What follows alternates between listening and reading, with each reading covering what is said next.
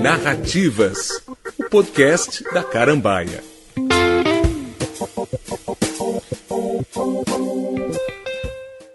O senso comum diz que o brasileiro não lê, que compra poucos livros, que o poder dos meios digitais e audiovisuais é desigual na concorrência com o livro.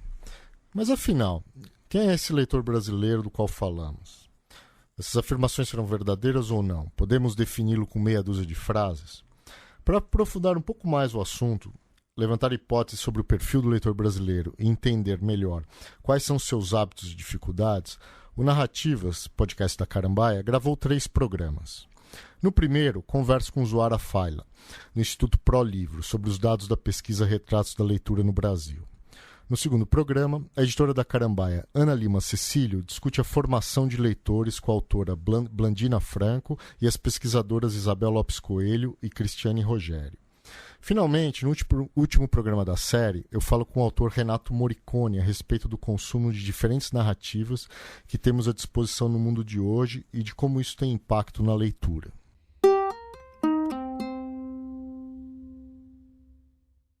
O brasileiro não lê. Essa é uma das frases mais conhecidas de todos quando se fala das mazelas da educação brasileira. Mas será verdade? O brasileiro realmente não lê? Será que os índices de leitura no Brasil são muito diferentes daqueles dos países com realidades culturais e econômicas semelhantes? Desde 2007, o Instituto ProLivro faz um levantamento da leitura no Brasil com o apoio da Associação Brasileira de Livros Escolares, da Câmara Brasileira do Livro e do Sindicato Nacional dos Editores de Livros a partir de dados coletados pelo Ibope Inteligência. Os resultados dessas pesquisas você pode encontrar na página do Instituto ProLivro.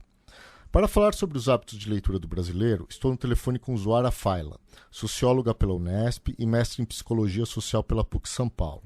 Ela trabalha na área de projetos do Instituto ProLivro e coordenou as últimas edições da pesquisa Retratos da Leitura no Brasil.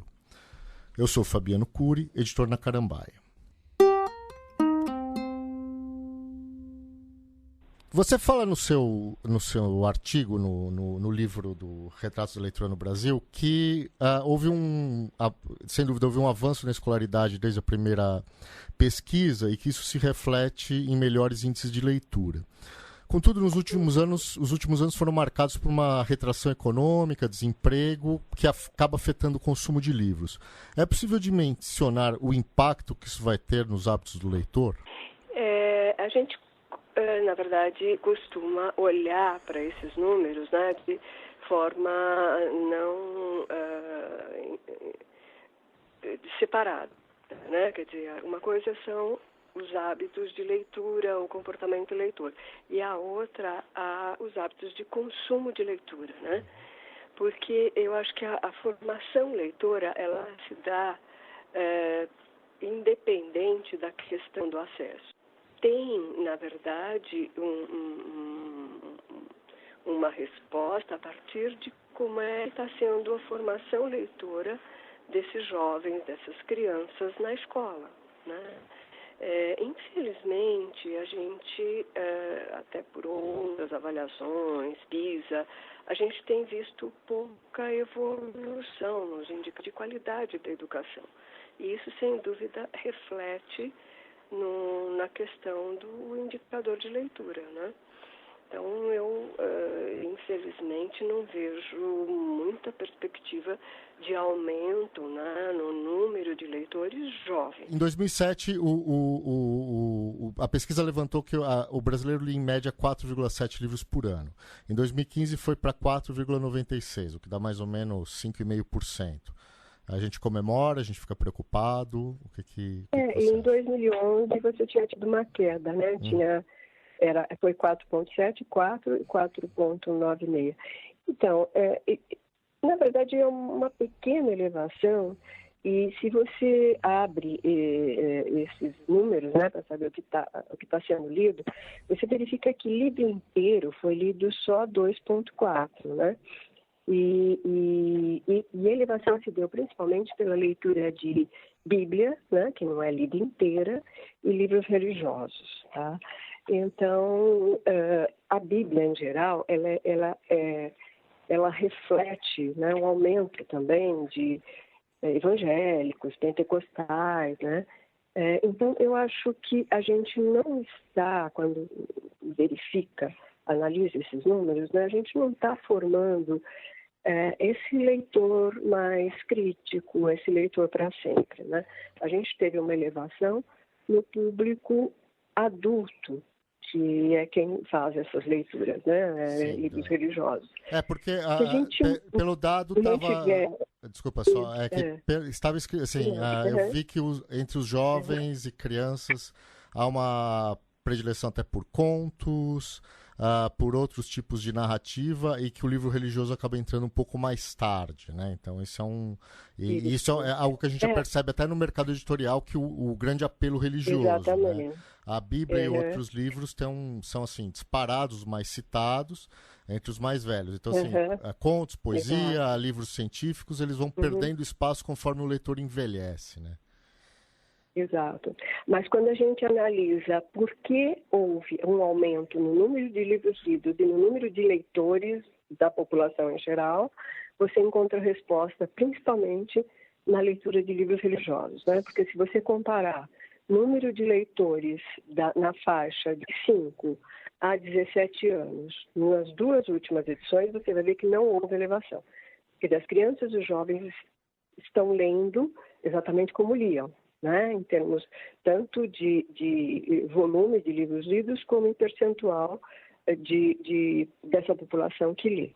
Né? Então, o incremento que vai, né, se a gente olha para o período de 3 meses, que é o nosso principal foco, a gente tem, na última edição, 56% da população leitora e, na edição anterior, 50%. Então, você teve aí, né, um índice de elevação de 6% de elevação no número da população como um todo, mais distribuída principalmente no público adulto. Mas então, essa relação da faixa etária, né? A gente tem, pela pesquisa, a gente nota que crianças e adolescentes, eles leem e eles gostam de ler. Esse costume vai caindo assim, drasticamente quando ele entra na vida adulta. A gente sempre ouve falar de se criar o hábito de leitura, mas no Brasil parece que o problema é criar o hábito de continuar lendo. O que a gente está fazendo de errado? Está formando errado, assim, porque uma coisa é o hábito, outra coisa é o gosto, né? Eu acho que a criança e o jovem, ele lê principalmente enquanto ele está na escola e por indicação da escola, né? Ele diz que ele gosta de ler, que ele lê principalmente por gosto, né? Mas se você verificar quais são os livros lidos, você vai verificar que são didáticos e livros de literatura indicados pela escola. Ele gosta, mas ele está lendo livros indicados pela escola. Onde é que a gente está falhando? A gente não está despertando o interesse e o gosto pela leitura, né? Porque eu acho que esse leitor para sempre, ele tem que ser, eu uso até a palavra seduzido, né? Ele tem que sentir aquele prazer na leitura, e é isso que vai levá-lo a buscar outros autores, a buscar outras narrativas, né? Então, se ele, quando sai da escola, ele deixou de ler, é porque ele não teve esse despertar, né? Ele lia, gostava de ler, mas ele lia muito mais para cumprir com uma tarefa escolar, né? E quando ele sai da escola, quer dizer, ele vai ter outras demandas, outros interesses. A gente percebe que a população adulta, a partir dos 20 e poucos anos, que é aquele que está, né, dentro do mercado de trabalho, ele tem muito mais identificação com uma leitura funcional, né? Então, ele vai ler livros técnicos, ele vai ler livros que contribuem para a sua formação profissional, né?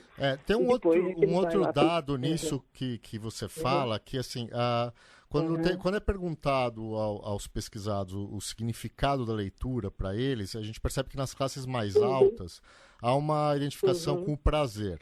Nas classes C e D, elas acreditam que a leitura vai ajudar a vencer na vida. Essa discrepância entre fruição e pragmatismo, assim, nas pontas da pirâmide social, era algo esperado na pesquisa de vocês ou não? Não, na verdade, a pesquisa nos revela isso, né? Mas se a gente pensar, né, no comportamento social, né, com base na própria vida social dessas pessoas, né? Quer dizer, eu acho que essa vulnerabilidade social, essa necessidade de sobrevivência, né, leva a você ter uma coisa muito mais utilitária, né? Certo. Eu olho para aquilo que eu vou fazer como uma forma de mudança do meu estado social, mudança de vida, né? Então, acho que é um comportamento social esperado, né? Eu acho que a pesquisa somente faz uma constatação disso. Um dado muito interessante é que as pessoas que são leitoras mais frequentes, elas também têm outros hábitos, elas praticam outras atividades tal com mais frequência, né? Elas assistem mais filmes, elas praticam mais esporte, elas têm uma vida social mais intensa.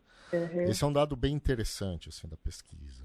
Esse dado é bem interessante porque mostra como a leitura amplia, né, seus horizontes sociais e culturais, né? Eu acho que aquele que é leitor, ele tem um repertório de atividades, não só culturais, mas inclusive sociais. Se você olhar, né, esses indicadores ali, todos, né, inclusive reunião com amigos, além dos culturais, que é cinema, teatro, música, né, somente o esporte é que você tem aí uma proximidade, né, entre aqueles que são leitores e não leitores. Então, você tem um número de atividades, um repertório muito maior de atividades, sejam culturais ou sociais, naquele que é leitor. Isso mostra a importância de você ser leitor, né? Você amplia seu universo social e seu universo cultural, né? Nas relações e no acesso à cultura. Ao mesmo tempo que na pesquisa há um aumento da leitura, há também um aumento das pessoas que afirmam ter dificuldade para ler. Por que isso apareceu, esse aumento? Não deveria ser o contrário? Na verdade, isso reflete até uma outra pesquisa, que é a do INAF, né? Que é o Índice de Analfabetismo Funcional. O que a gente percebe? Que quando você pergunta quais são as dificuldades para a leitura, além da questão de tempo, né? Quando você foca mais na questão da compreensão leitora, o número é preocupante, o número de pessoas que dizem que não leem porque não compreendem o que leem, né? Eles falam de forma diferente, tem dificuldade, é cansativo, mas você percebe, inclusive alguns dizem que não enxergam bem, né? Para não dizer que não leem bem, né? Então, você tem aí um número que é desafiador de pessoas que, na verdade, não leem porque não compreendem aquilo que leem, né? Então, se ela não compreende uma frase, como é que ela vai ler um livro? E é interessante como o número é muito equivalente, né, ao desse outro indicador, do INAF. Né? Então, a gente tem quase cerca de 40% das pessoas não compreendem aquilo que leem. Então, essa população, né, ela está fora, né, vamos dizer, desse nosso número de leitores, exatamente porque ela não domina a decodificação, né? Tá. E a compreensão daquilo que ela decodifica. E eu queria falar um pouquinho sobre a influência na leitura, né? Um dado que também vem aparecendo nas pesquisas e que sempre é bastante interessante é o fato de que as mães ou as responsáveis do sexo feminino são normalmente indicadas como influenciadoras na leitura, né? Então, 11% dos pesquisados nessa última disseram que foi essa pessoa, a mãe ou alguém que cuidava do sexo feminino. Depois vem os professores, educadores e os pais. O sexo masculino só aparece com 4% de indicações. Em terceiro lugar, né? Então, Exato. assim, por que essa presença muito importante da mulher? Porque um outro dado também que eu queria até relacionar com esse é que, apesar do leitor do sexo masculino ter crescido nas últimas pesquisas em comparação com os anos anteriores, as mulheres ainda leem significativamente mais. Há uma explicação para isso? Então, olha, Não, ainda voltando para o início da tua questão, né? Você falou 11%. Pois é um número muito pequeno, né? Apesar da mãe ser a mais citada, quando a gente verifica que 67%, né, desses leitores informam que não perceberam nenhum influenciador ou mediador de leitura, também é um dado que preocupa, né? Porque a gente verifica que nem a família, nem a escola está dando conta dessa formação, né? Mas será que, agora, assim, para um leitor... ao segundo momento da sua questão... Oi? Desculpa, é que assim, eu conheço muitos leitores que, assim, são leitores frequentes, mas que não identificariam uma pessoa como responsável por esse hábito de leitura. Talvez haja, assim, a pessoa nasceu numa casa que tinha alguns livros, ela se interessou, mas não necessariamente que o pai ou a mãe ou o irmão ou alguém tenha indicado. Foi uma coisa mais espontânea, sim, né? Sim, foi uma coisa do ambiente, né? Ou não foi tão significativo, mas certamente se ela tem livros na casa dela é porque alguém teve interesse em comprar esses livros ou dar livros de presente, né? Mas talvez não tenha sido assim tão impactante essa influência dela conseguir reconhecer, né?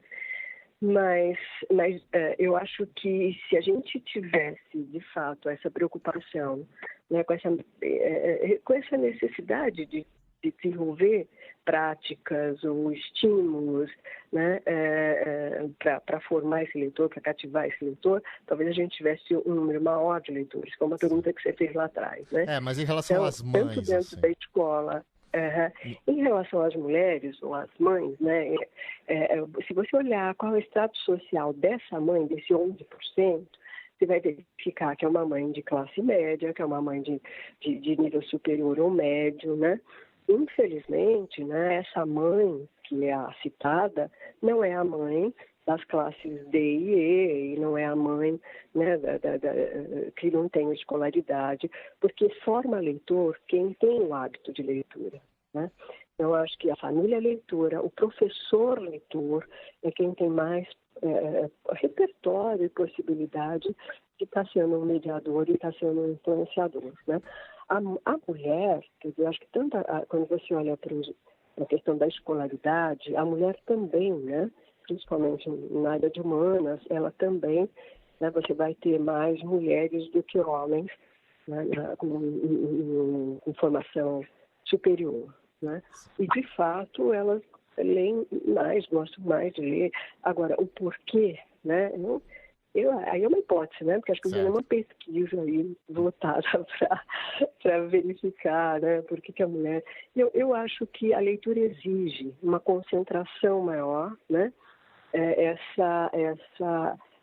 Entrar na questão da ficção, e acho que os homens são mais pragmáticos, né? Eu acho que eles estão voltados para ações mais futebol, esporte. Quer dizer, eu acho que você acaba dedicando mais tempo a atividades mais sociais, né? E a mulher, eu acho que ela gosta e desenvolve mais atividades que exigem concentração, onde ela fica mais sozinha. Mas isso é uma hipótese, a gente precisaria aí desenvolver. Claro. Não, eu acho que um dos grandes méritos dessa pesquisa é que ela levanta possibilidades de inúmeras outras, né? De você aprofundar, sim, né? Sim, sem contar que eu acho que a mãe, ela está mesmo trabalhando muito fora de casa, mas ela está mais presente na casa, né? Então, dentro dessa relação familiar, dentro dela que às vezes lê para o filho antes de dormir, né? Então essa relação mais próxima também possibilita apresentar o livro, a ficção, né? As narrativas, contar histórias. Eu acho que isso também está mais presente, mas dentro dessa família de classe média alta, né? E família leitora. Infelizmente, né? Quando você olha para a família não leitora, a família que não tem, que de baixa escolaridade, você não, dificilmente você vai ter citada a mãe ou o pai, né? Aí a escola passa a ter um papel mais relevante. Certo. E a gente acabou de fazer uma pesquisa em bibliotecas escolares, né? E é interessante que a gente separa os grupos sociais mais vulneráveis dos menos vulneráveis para verificar o impacto de uma biblioteca na aprendizagem deles, né? E passa a ter uma importância muito maior, né? A existência de uma biblioteca, o papel do responsável pela biblioteca e do professor, ou a instalação dessa biblioteca, ela tem um impacto muito maior na aprendizagem daquelas crianças em situação social mais vulnerável. Interessante né? isso. Isso mostra, exato, isso mostra, né, que aquela família, aquela criança que tem uma família que tem livros em casa, que o pai lê, que a mãe lê, né, uma biblioteca, ela tem um papel menos impactante, menos importante, né, para essa família do que para uma família de baixa renda. Tá. Agora, você estava falando da questão, você falou de classe média, pegando aqui um pouco essa questão da diferença socioeconômica. No Brasil, há alguns dados que foram comparados com Chile, Colômbia e México. A gente percebe que os leitores com ensino superior no Brasil, eles leem consideravelmente menos do que nesses países, pessoas com escolaridade semelhante. Como é que... No México, não. No México, não? Se você olhar para o Chile, sim. Sim, mas havia o leitor com ensino superior, ele lê menos do Brasil. E aí tem um outro dado também que eu gostaria de atrelar a isso, que é o fato de que, se a gente pegar entre 2011 e 2015, todas as classes sociais, em todas as classes sociais brasileiras, houve um aumento do índice de leitura. A única que caiu foi a classe A. Assim, eu estou indo muito longe se eu afirmar que isso aí está relacionado com o desprezo pela educação e cultura que os setores mais ricos da sociedade brasileira têm demonstrado recentemente? Eu estou viajando muito nessa, eu acho que não, eu acho que não. Dá para a gente embarcar na tua análise, né? Mas se você olhar o que aí eu volto à questão do livro religioso, tá? A gente viu um aumento do número de livros religiosos lidos em todas as classes, com exceção dessa classe A. Sim, né? Mas, de qualquer forma, na classe A houve uma diminuição da leitura, né? Pois é, houve uma diminuição relativa, porque é tudo percentual, né? Sim. Em relação às demais. Então, se as outras tiveram um incremento aí por conta de livros religiosos, e que foi um incremento importante, né? Você acaba tendo a classe mais favorecida aí, ficou na mesma, né? Certo. Percentualmente. Mas o que você falou tem a ver, quer dizer, eu acho que essa classe está mais voltada para aquela questão utilitária que a gente falou antes, para um pragmatismo, e principalmente pelo acesso às mídias digitais, né? Então, isso também afasta a população, e aí a população como um todo, inclusive os jovens, né, da leitura. Certo. Mas você acha que a gente colocaria as mídias digitais como algo que tira o jovem evidentemente tira do livro, mas não necessariamente da leitura? Ele está lendo outras coisas. É uma questão que sempre fazem. Nunca se leu tanto, nunca se escreveu tanto. Mas o que está se lendo e o que está se escrevendo, né? Certo. Independente de erros ortográficos, né? Eu acho que fake news, quer dizer, são informações pobres, informações equivocadas, quer dizer, o que a gente está formando com essa leitura? Certo. Né? Então, eu acho que você está afastando as pessoas realmente de uma leitura mais consistente, de uma leitura crítica, de uma leitura de qualidade, né? E perdendo tempo numa leitura que não te leva a lugar nenhum, ao contrário, né? Informa e não informa, né? Certo. Então, ao invés de você produzir conhecimento, você está produzindo equívocos, né? Não, eu concordo, assim, se a gente for considerar que a leitura é a leitura de qualquer coisa, estou lendo o meu grupo de mensagens no WhatsApp, isso é uma coisa. Agora, não necessariamente a gente pode dizer que só o consumo de conteúdo digital é um conteúdo de baixa qualidade. O que me preocupa quando eu vejo A questão é saber se essa população, se essa garotada, né, está interessada em entrar no Google para realmente fazer uma pesquisa para ampliar o seu conhecimento. Né? Que tipo de pesquisa, quando eu entro, né, vamos falar Google, né? Que tipo de pesquisa eu estou fazendo ali? Né? O que eu entro para conhecer mais sobre o quê? Né? Eu acho que, infelizmente, quer dizer, é óbvio que seria muito interessante se as escolas se aproveitassem, né, essa grande fonte de pesquisa e de conhecimento, mas orientasse para realmente desenvolver uma pesquisa para ampliar, né, tanto o conhecimento dentro da escola ou de geral, né? Certo, ter essa autonomia de pesquisa, né? Que ele, independentemente se o jovem vai pesquisar numa biblioteca... E essa orientação para uma claro, pesquisa voltada para o conhecimento. Claro, né? Claro. Uma coisa em relação aos dispositivos móveis, que eu acho que eles começaram a aparecer na pesquisa, acho que vocês sentiram essa necessidade, né? Porque eu acho que se a gente pegar os últimos... inclusive a gente percebeu que houve um aumento da leitura em trânsito. Né? Isso, exatamente essa pergunta que eu queria colocar. Móvel. A gente percebe assim, uma leitura no transporte ou em outros espaços, públicos ou privados, mas que não são em casa ou na sala de aula, né? Então isso me parece que se deve à popularização dos dispositivos móveis, né? Que oferece essa possibilidade de leitura em qualquer ambiente. Isso. Quando a gente pergunta, inclusive, em qual suporte ele está lendo, isso já começa a crescer forte, né? Mas, ao mesmo tempo, o livro digital é algo pífio, né? É algo que praticamente não aparece. Exatamente. Quer dizer, há uns anos atrás, né, todo mundo achava, inclusive as próprias editoras, que ia ser um grande boom, que ia acabar com o livro em papel. Mas a gente não está vendo isso acontecer no mundo inteiro, não é só no Brasil. Sim, ainda muito tímido. Ele fica lá em torno de 2%, 3%, e não sai disso, né? Sim. E normalmente junto àquele público que já é um leitor de livro de papel também, né? Exatamente. Não é que ele está pegando um leitor novo. O pessoal fala, o jovem vai passar a ler por conta da tecnologia. Não. Né? Primeiro você forma o leitor, você forma a pessoa interessada, né, em entrar numa narrativa, numa história, numa ficção. Né? E depois ele vai escolher qual é o melhor suporte para ele, né? Em que momento, às vezes, esse suporte digital é mais conveniente em uma viagem, num estudo, né? Mas é o que você acabou de falar, né? Quem vai fazer essa escolha, ele já é leitor. Ele só está acrescentando ele vai só escolher onde é que eu quero ler, né? Mas ele já é um leitor.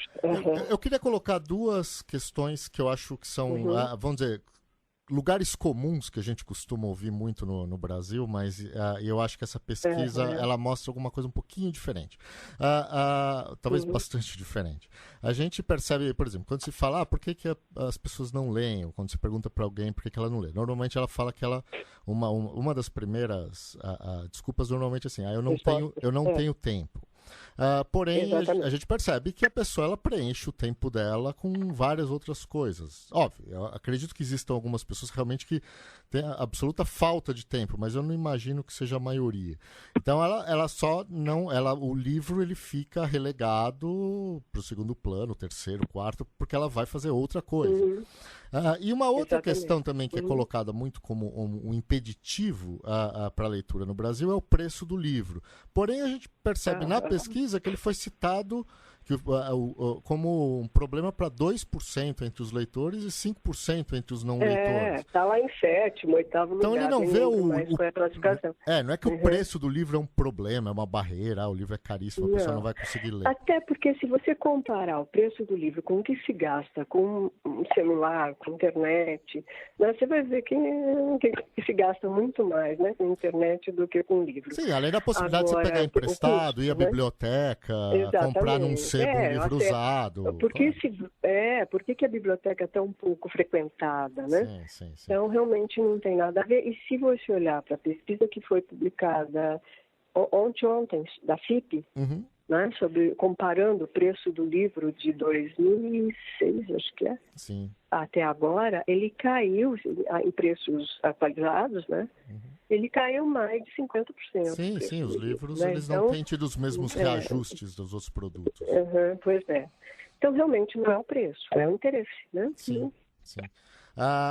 E você acha que as campanhas de incentivo à leitura que a gente vê por aí, existem aquelas campanhas que são não sei, eu sempre tenho a impressão que elas são inócuas, né? Aquelas campanhas, livro é legal, livro é bonito, livro faz bem, esse tipo de coisa. E campanhas, vamos dizer, mais efetivas de uma aproximação do público, do jovem, principalmente com o objeto e com as narrativas. Você acha que elas surtem efeito? Que tipo de campanha funciona? Que tipo de campanha é puro desperdício de verba? Eu acho que eu tenho a sensação de que toda campanha surte algum efeito. Né? Quando a gente tem a questão da representação, né, da importância do livro, é interessante como na pesquisa se percebe que acho que quase 90% das pessoas percebem que o livro é importante. Né? Eles acham que o livro é importante, que ler é importante, não leem, mas eles acham que ler é importante. Né? Então, acho que essas campanhas, elas pelo menos servem para deixar, né, essa coisa ali, olha, ler é bom, ler é importante, não é bom que meu filho leia, vou comprar um livro. Né? Você percebe, mesmo a população que não é leitora, essa coisa de levar o filho para uma livraria, oferecer um livro, aproximar o filho do livro. Né? Então tem vamos dizer, essa representação de que é importante ler, de que é importante livro, né? Acho que contribui para isso. Agora, isso não significa que, a partir do momento em que eu acho que é importante, eu vou ler, né? Porque aí, eu acho que a questão do hábito, do gosto, ela se desenvolve para além da representação.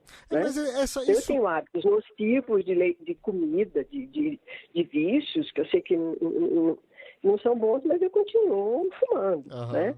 É a mesma coisa, quer dizer, eu sei que leitura é bom, mas eu não leio porque eu não gosto. Né? Mas é isso então, que eu queria saber, onde há essa ruptura? Porque, assim, a pessoa enxerga um valor... A ruptura se dá na formação, né? Se eu não desperto o interesse pela leitura na escola ou dentro de casa, não adianta eu continuar dizendo para ele, olha, ler é bom, ler é importante. Né? Então ele vai ficar com uma certa culpazinha, mas ele não vai ler porque ele não consegue, né? Ele não consegue ver prazer naquilo, né? Certo. Está dissociado, né? Uma coisa é você dizer que aquilo é bom, outra coisa é eu achar que aquilo é bom, né? Não, é interessante isso da culpa, né? Porque acho que é uma culpa que as pessoas aprenderam a lidar com ela e falam, tudo bem, eu levo essa culpa por aqui para frente, mas não tem, eu vou seguir. Ou às vezes faz brincadeira sobre isso, sobre o livro, até para amenizar a sua culpa, mas ele só vai ler se ele de fato foi despertado. E ele pode ter tido um excelente mediador, né? Eu acho que algumas pessoas dependem desse despertar, outras não vão gostar de ler nunca, porque são mais ativos, porque gostam de atividades mais, assim, que lidam mais com a realidade esportiva. Quer dizer, não dá para você pensar que por mais que você desenvolva atividades interessantes, você vai conseguir que 100% das pessoas sejam leitoras. Né? Mas eu vou colocar um problema. Eu vou colocar um problema. As pessoas, eu tenho para mim que as pessoas, independentemente de grupo, independentemente se lê ou não, ela gosta de narrativas. Ela gosta, ou ela vê um filme, ou ela acompanha uma série, ou ela acompanha a novela. Eu acho que a maioria gosta de ficção. Sim, acho que isso faz parte da vida das pessoas. Até mesmo no esporte, quando a gente assiste um jogo de qualquer esporte, a gente está buscando histórias dentro daquilo lá. De outros tempos, de outras pessoas, de outras vidas. Só que aí o problema é o livro. Né? O problema é o livro e não necessariamente a história, né? Então é como Exato. Então a pessoa... essa capacidade de concentração, né, que você desenvolve com a frequência da leitura. Né? Certo. Porque até, como está falando, até mesmo no esporte, a gente está sempre... O próprio jornalismo esportivo faz isso, tal. Ele fica buscando ali narrativas dentro de um jogo, né? Tem o herói, tem o vilão, tem o... então isso está o tempo todo presente na nossa vida. O problema é... em toda a história do homem, né? Claro. Desde a pré-história, você já vê historinhas contadas nas cavernas. Sim, né? nós contamos histórias, contamos para os nossos filhos, a gente não precisa necessariamente do suporte do livro, mas a gente conta isso. Tá certo. Bom, Zoara, eu queria primeiro dizer que eu acho que as pesquisas que vocês fazem, elas são bastante interessantes para a gente começar a balizar algumas coisas. E eu queria colocar uma última pergunta que eu não sei se cabe, mas assim, vocês usam como base o Ibope Inteligência, né? Vocês acham que tem As próximas pesquisas elas vão trazer com alguma outra novidade, alguma coisa que vocês estão levando em consideração, que não foram levadas nas questões... Toda vez que a gente vai iniciar uma nova edição, a gente, na verdade, busca vários institutos e a decisão é sempre por preço. Certo. Você continuar com o Ibope, além de acabar, nas últimas edições pelo menos, né, nos interessou mais o custo, eles também já dominam a mesma metodologia, e como a gente tem a preocupação em construir uma série histórica, então isso facilita, né? Porque você trabalha com o mesmo indicador, com a mesma metodologia, então isso possibilita o mesmo questionário, que é para conseguir comparar, né? Certo. Porque isso é importante, né? Se a gente tem como preocupação orientar políticas públicas, orientar ações, essa questão da série histórica e comparar, né, momentos e fazer uma relação disso com as políticas, isso é fundamental, né? Sim. Porque não adianta você fazer uma política recortada, uma pesquisa recortada. Então, acaba sendo, eu acho que assim, está dentro da nossa preocupação, da nossa finalidade, Entendi. né? Agora, a gente, a cada edição, a gente aperfeiçoa, porque você também muda as formas de leitura. Então, na edição passada, a gente já incluiu outras formas de leitura, as leituras digitais, a coletiva de narrativas. Então, você tem que estar antenado, né, para essas tendências novas, para as novas formas de leitura. Claro. Apesar da pesquisa ser focada no livro, a gente tem que saber também, né, a leitura do livro está concorrendo com o quê? Né? Então, a gente tem que olhar para as outras leituras, porque senão você fica, né, não está acompanhando o que está acontecendo, né, o que está das transformações. Certo. Você tem que estar olhando para tudo que está surgindo aí como narrativa, como leitura, como suporte, né? A gente tem que contemplar tudo isso. E vocês usam como base alguns dados do censo, não? Para balizar. Para construir a amostra. Sim, agora a partir da possibilidade de haver algum corte, como tem sido anunciado no censo, isso afetaria a pesquisa ou não?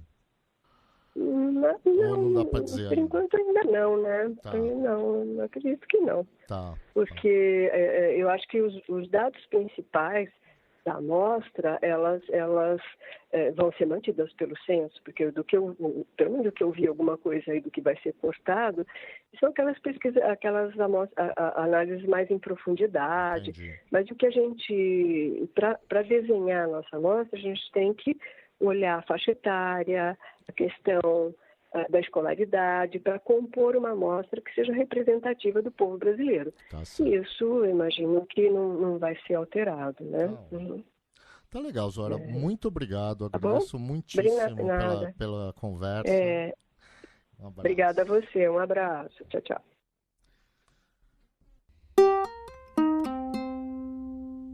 Se você quiser participar com perguntas e sugestões para o Narrativas, deixe uma mensagem nas redes sociais da Carambaia ou no link na descrição deste episódio. O Narrativas, podcast da editora Carambaia, é gravado no estúdio da Central 3 em São Paulo e tem a produção de Clara Dias e edição de Leandro Yamin. A trilha sonora é composta e executada por Bruno Betting.